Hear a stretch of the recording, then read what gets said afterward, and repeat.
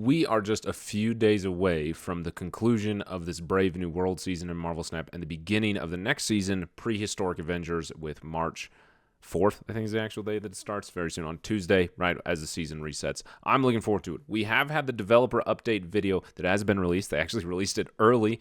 They haven't done that in a while, so that's great to see, which means we have the details about all the cards that are confirmed, and the events and locations that are happening this month. So we can now have the conversation about my keys and what I plan to spend them on this month, what cards I'm looking forward to, what spotlight caches are good, locations that are coming to the game, all the things you need to know about the season. But most importantly, how to spend your resources and what cards are coming. This is new for this type of video, I'm going to take a look at the Datamined cards that are coming in April as well. I thought about delaying this video until Tuesday, but we will, because on Tuesday, in addition to the season restarting, we'll also have a patch, which means more data mines will come out for the cards happening in May, which is crazy to say because we know nothing right now, but April is looking very good that I'm concerned about my resources for May, so that's probably a video for a different time.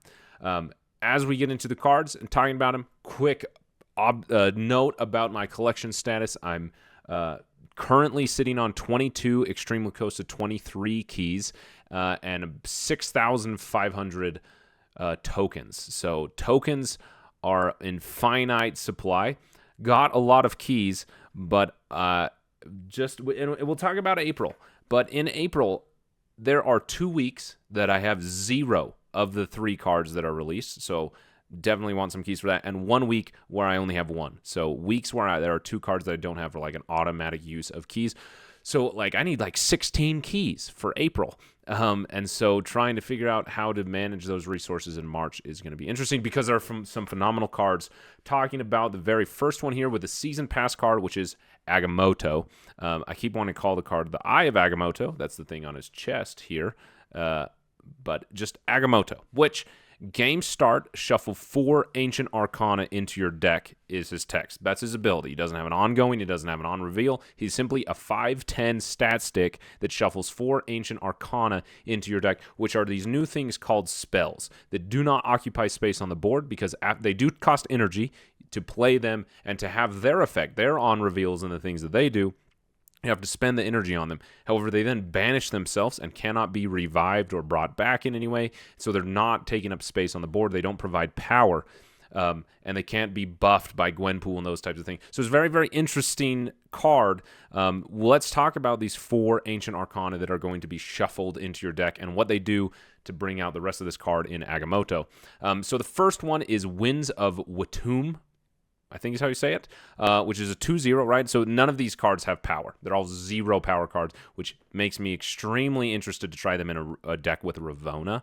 I hope that's going to discount them. But anyway, the Winds of Watum, a little bit of an afflict card here. On reveal, afflict an enemy card here with -5 power and move it to the right. So that's a heavy affliction of -5, and then the card is banished afterwards. So very, very interesting effect. Does nothing for, what's his bucket? Agamotto. I gotta remember his name. Agamotto, right? Agamotto is still just a 5/10, but that affliction, that's doing something to help you win a location. The next one, Temporal Manipulation, is a 1-cost spell, 1-cost skill, I should say. On reveal, give Agamotto +3 power. Put him into your hand if he's not in play, and then banish this Arcana. I think this is interesting. Does that, to me, it reads that obviously if he is in your deck and you haven't drawn him, that you're going to draw him. However, it doesn't just say draw Agamotto, like put him into your hand if he's not in play, means that if he was destroyed or if he was discarded by something, he will come back to your hand, is what I'm thinking. That would be sweet. That'd be pretty cool, especially to I don't know, I'm thinking like a Venom deck. Like Venom, how would you do that curve-wise, though? Never mind, that's not... Well, you could try and curve it out. You'd have to ramp somehow. Doesn't really work. Nonetheless, interesting to see. Again, he will also gain +3 power. The next one, Images of Icon, is a 4-costed Arcana. On reveal, transform your other cards here into copies of the highest power one and banish this. So again, very, very cool. That means that at most you're going to get 2 copies because this card has to be played in that location. All right, so then you have the card that is the highest power, then this one taking up a space, so then the other two spaces, right? So hypothetically, let's say you have your Agamotto down, which is a 5/10 or a 5/13, depending if you got the temporal manipulation. But so it's a 10 power card. You play this Images of Icon down in that location. You now go from like a 4, I don't know, 6, like you have like 16 power in a location to 30 power. So you double it, which is pretty huge. Then the next one, the last one, these are the 4, Bolts of Balthak, or Balthak, however you say that, is a 3-costed Arcana spell. On reveal next turn, you get +4 energy. Everyone's like, oh, that's huge, there's so much energy. Keep in mind, though, you did have to spend 3 energy to get that 4 energy. It's like you may, like, let's say you plays on turn 3, you spent your whole turn adding 0 power to the board, just giving yourself energy. Like all the other things that ramp out. Luna Snow gives you 6 power on the board. Even Psylocke gives you 2 power on the board, right? So you're, like, in reality, you're only getting +1 energy. Like, you're still getting +4, which is crazy. Like, you can do some pretty big things. But in terms of true energy spent in-game to add power to the board, it's only +1. So, but still cool.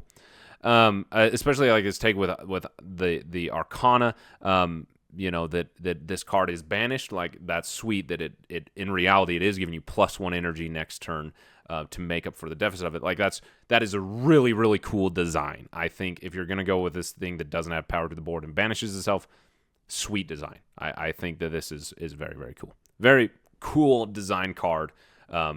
We're gonna see how it goes. I'm really intrigued about this card. It's hard for me to wrap my mind around him. I'll get to my ratings of all these cards at the end of the video, but very, very, very exciting.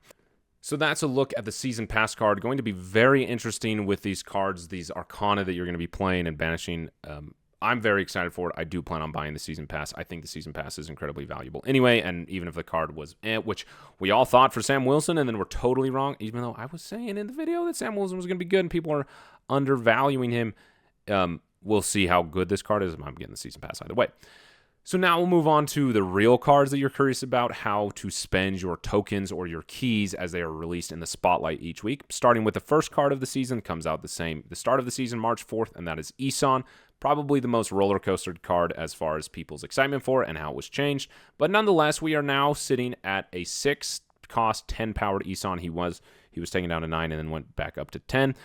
After each turn, the text has also changed. I think it's now after each turn, put a generated card from your hand here, I think is what it says. It's still the same thing. It's a card that didn't start in your deck, whether that's generated by a card like Maria Hill or Hawkeye K. Bishop or Nick Fury or an Airsham deck or a White Queen or a deck that or a card that came from a location, right? Cable is the only one that doesn't count because it was drawn. It was not generated. Nonetheless, that's what it does. People are saying and pigeonholing this card as an Airsham card only because of its high cost and its limited ability. However, I think it's going to be extremely interested in a Nick Fury ramp-based deck. So let's say you could even go Electro, but Luna Snow is the cleaner version of that because you can play multiple cards. But let's say you go Electro. Electro on 3, Nick Fury on 4, Eson on 5, who will pull down one of the 6-powered cards from Nick Fury that turn on turn 5. Turn 6, you play another 6-power card, either another one in your deck or one that you got from Nick Fury, and then Eson will pull down a 4th 6-power card on turn 6, right? So he'll pull down 2. You have played Eson and another. You'll have 4 6-power cards on the board, which is just insane amounts of power. I'm interested to try that playline. I think it's going to be interested. Eson, it will be interesting. A shield-based deck. We'll see how he performs, though. I am divided. What do I plan on doing with Eson? Let me tell you after we take a look at the Spotlight, right? So Spotlight this week comes with Beta Ray Bill and then Wiccan. These are the variants. I think Alex Horley is his name. If I got that wrong, it will be in the comments who the artist is, but it's the same artist. He's doing the artwork for the Season Pass variant that you're going to get, and then each new card that's released in the Spotlight, he's doing the Spotlight variant artwork for. And as you can tell, it is amazing. This variant is incredible. But nonetheless, these are the cards that the Spotlight week comes with. Beta Ray Bill, I'm sorry, Beta Ray Bill lover, is kind of meta irrelevant. Sadly, I personally, and I've said this many times before, I'll say it again. I think that there are many cards and many archetypes that can be impactful in the meta if people just cared to play them. But it's not the newest shiny thing. It's not the video. It's not the deck from the video from the YouTuber that they were told to play was the best, most meta deck. It's not the min-max card, and so they don't play it. But Beta Ray Bill is a card that definitely can be competitive if people just compared to play it.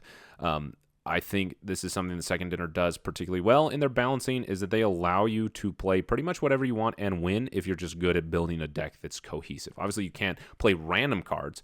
You can play whatever cards you want if you have a deck built around it that's cohesive, and you can still win. So Beta Ray Bill, that is my random thoughts on him. And then Wiccan is hard to replace. He's Wiccan. I feel like people just in general, like the meta of players on Discord are all missing Wiccan, and he is hard to replace.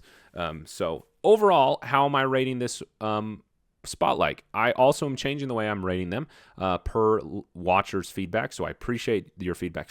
Feedback like this is so valuable and super helpful. It came from Daniel in my alliance, and he also had the great idea, which I loved, to give like an out of 5, like a star rating that we're all used to. However, to do the rating themed to the season. He's like, oh, last season you could have done shields. How many shields are you giving it? So this season, being prehistoric, I'm giving them rocks. And I give this week 3 out of 5 rocks.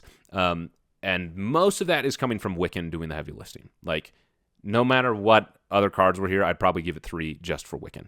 Eson, I am like, if Eson is good, I would give this a 4 rock week, but I don't know about Eson yet. Like, I'm so unsure about Eson that it's taken it down a little bit, and then Beta Ray Bill is fine. I don't think he's particularly bad, but he's also not doing anything to give it another rock. What am I planning on doing? This is a week that I am going to wait and see. I already have Wiccan. I already have Beta Ray Bill. I have a variant for Beta Ray Bill that I really like. I'm fine without this variant for Wiccan. It's potentially going to be a keys or token week, depending on what the data is for Eson. I'm going to see what other people are doing. I'm going to see what comes out. I'm going to wait to spend my resources because the reason for that is that at April season that I talked about at the beginning of the video. I'm like really interested in hoarding as many resources this season, but also getting all the cards that I want. Like I would be okay spending more resources this week if needed to get Eson, but if I'm not going to risk it beforehand, if that makes sense. If April wasn't the way it was, I would be okay risking it for Eson, but I'm going to be more cautious because of April. So maybe spending tokens on Eson, we will see. The next week, March 11th, we have a 3-cost, 10-power Starbrand. Very cool card, and apparently the lore behind this is that you get the brand of the star, like this thing here, and it gives you incredible power at a great cost.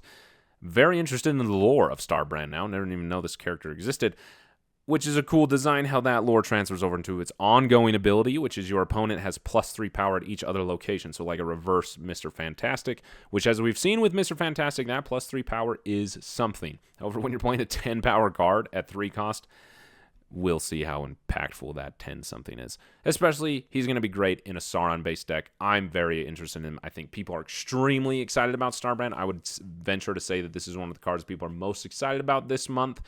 It's a cool card. It's a very straightforward card, but it's cool.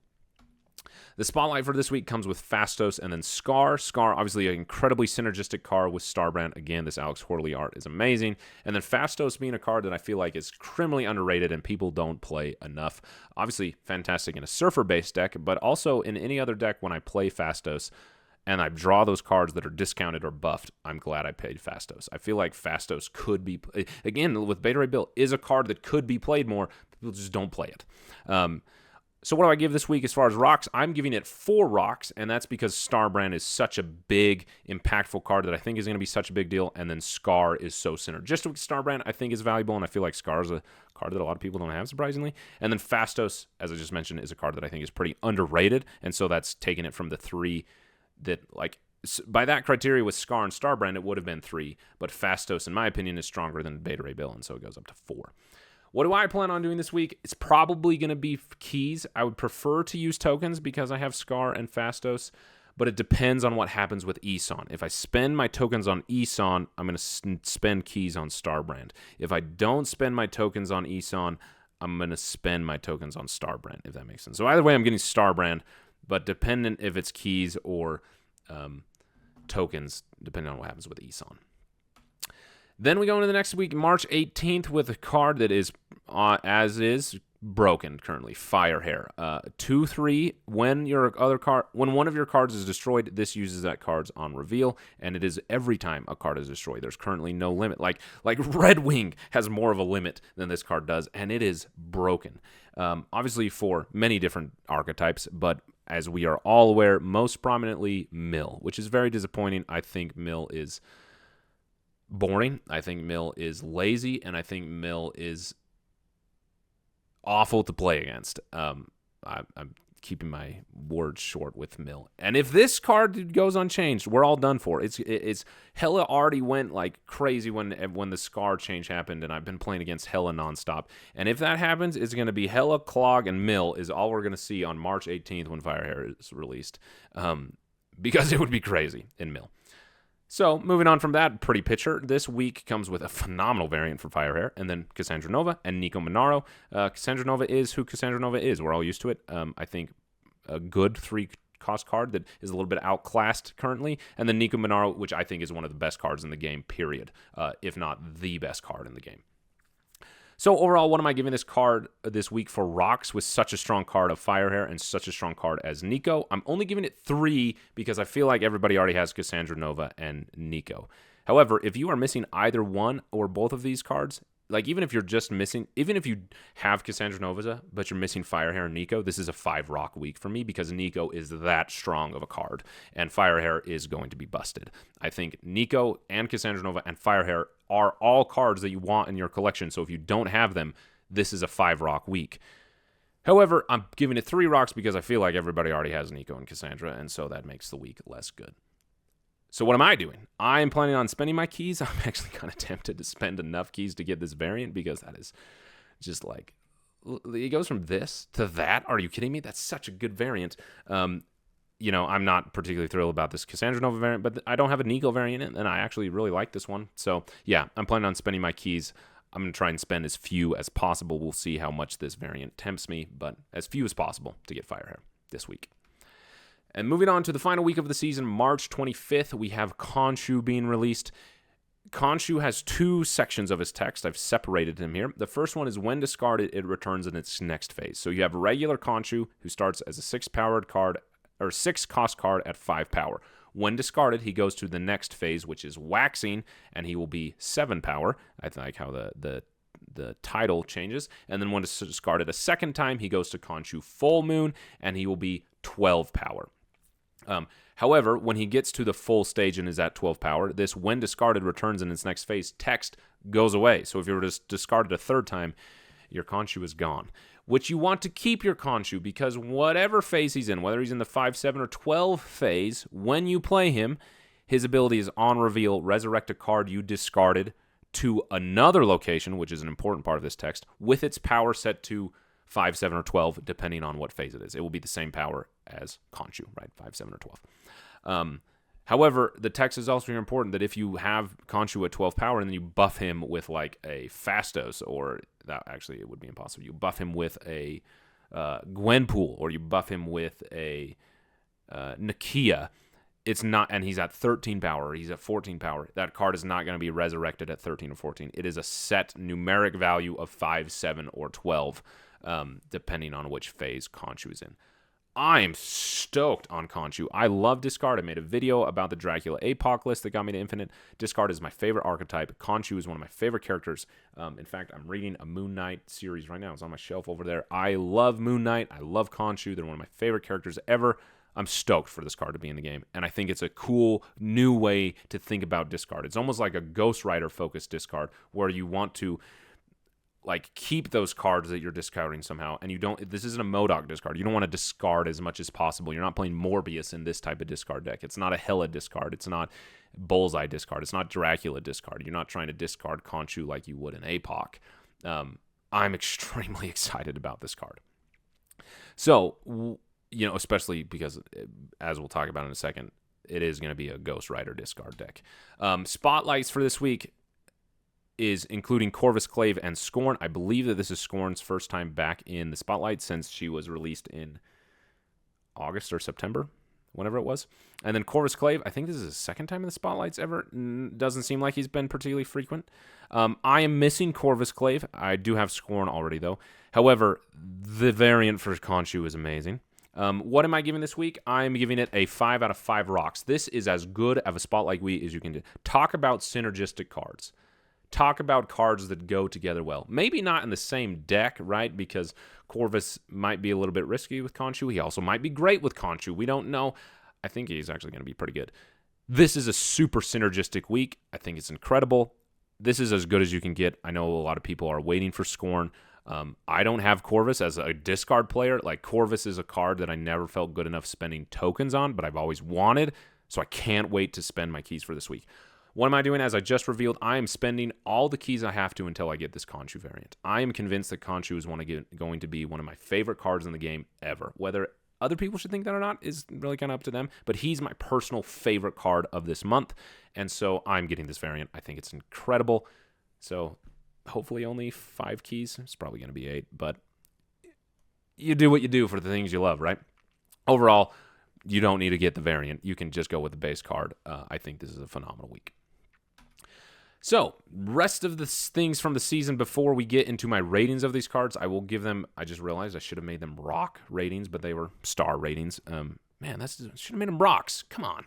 Use your brain. But I will rate every single one of them at the end of the video to give you my final thoughts there. But other things about the season that you need to know, as we saw, High Voltage is coming back this season. We do not know when. I will put in a pinned comment. I'll also put out a post on my YouTube channel, so make sure you are subscribed. In fact, if you've made it this far into the video and you're not subscribed, you could hit that button and help me achieve my goal. I have less than a month before my only child, currently my first child, turns 1. My daughter on April 1st, believe it or not, April Fool's Day, is turning 1. And I have a goal to get to 1,000 subscribers before then. It is a stretch. We are just under 300 away.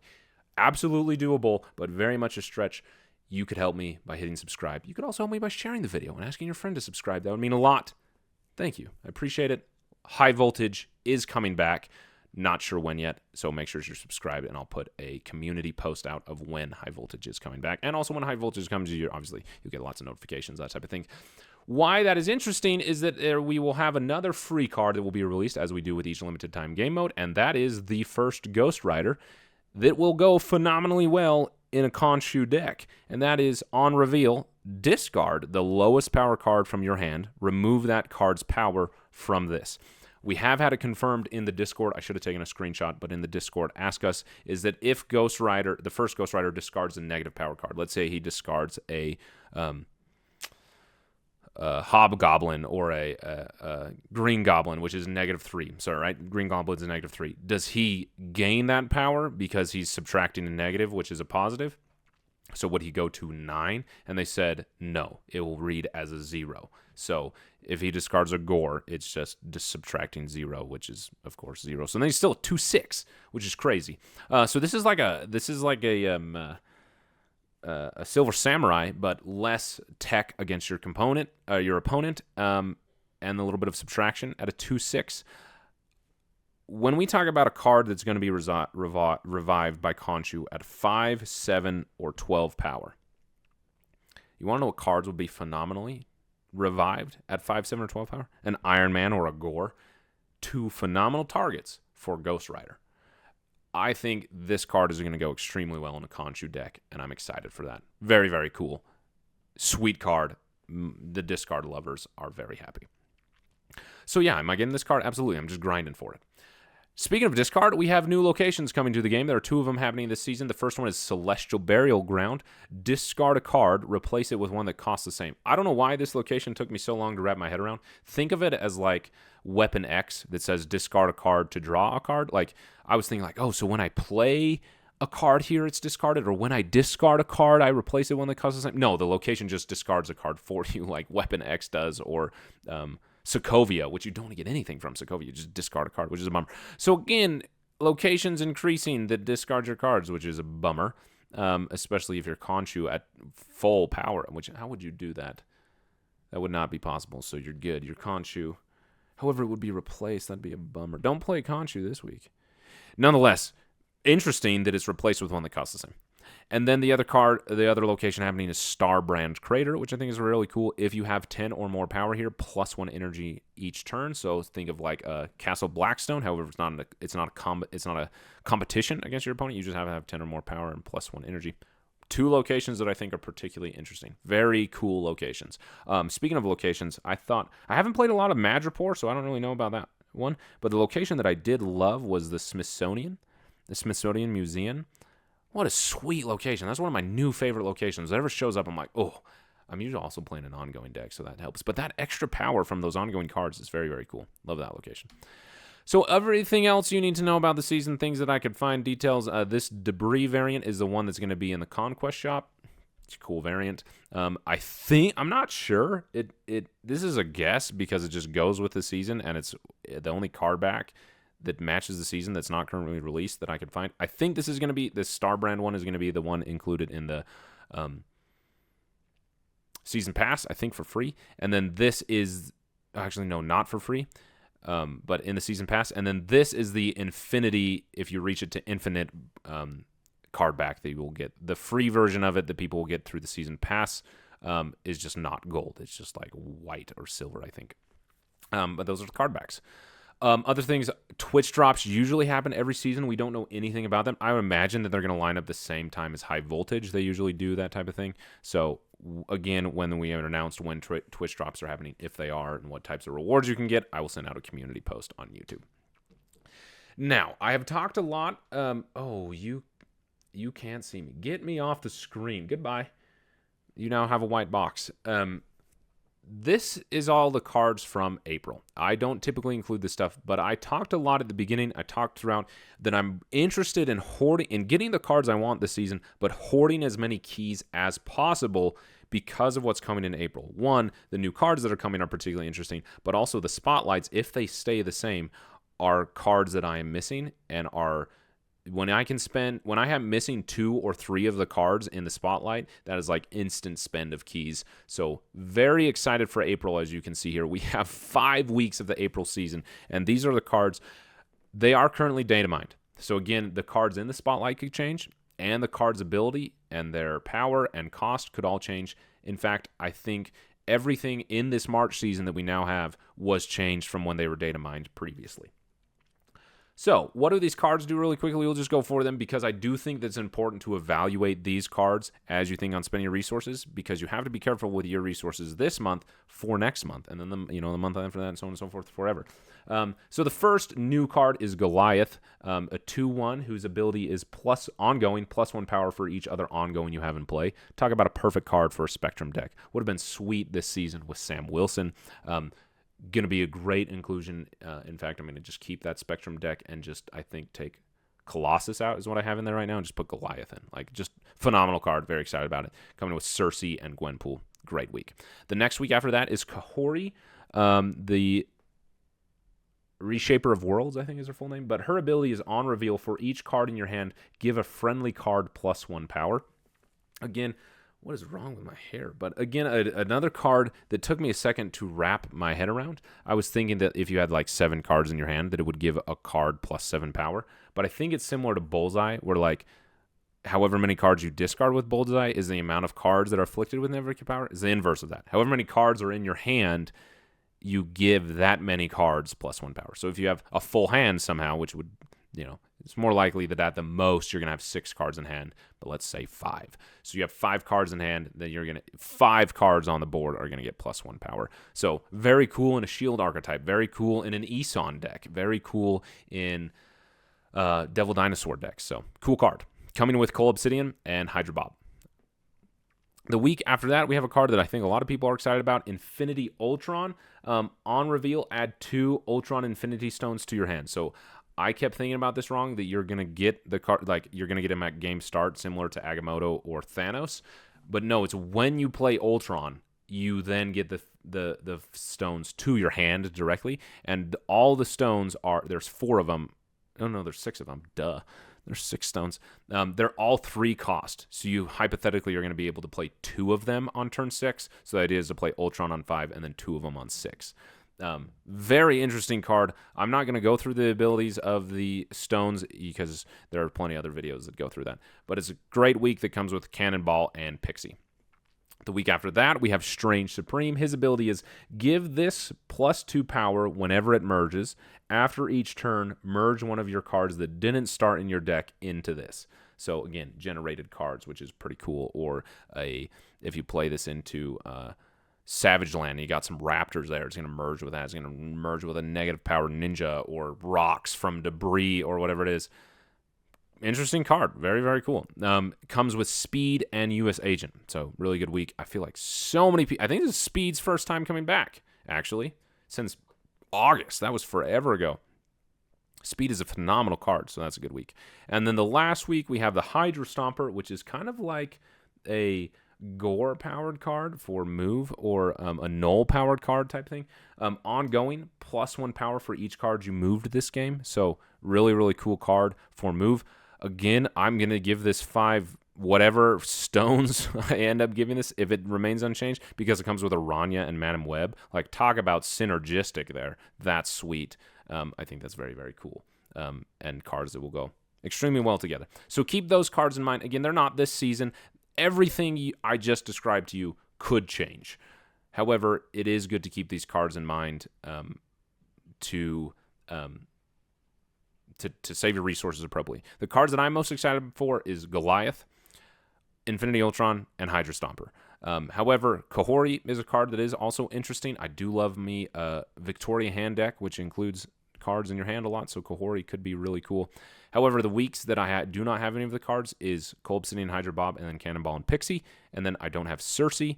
And the week that I have the cards for is Strange Supreme, which is the card I'm least excited about. And then, Hydra Stomper, I would love a variant for Aranya and Madam Web, even though I already have the ultimate for Madam Web. But anyway, again, that's 5 weeks is also the other thing. That's 20 keys if you went for all of them. So keep that in mind as you save your resources this season. So now, as we will see, I should have done rocks, but I'm going to give you a star rating out of 5 for each card as we end this video and anticipate the new season that is coming that I'm extremely excited for.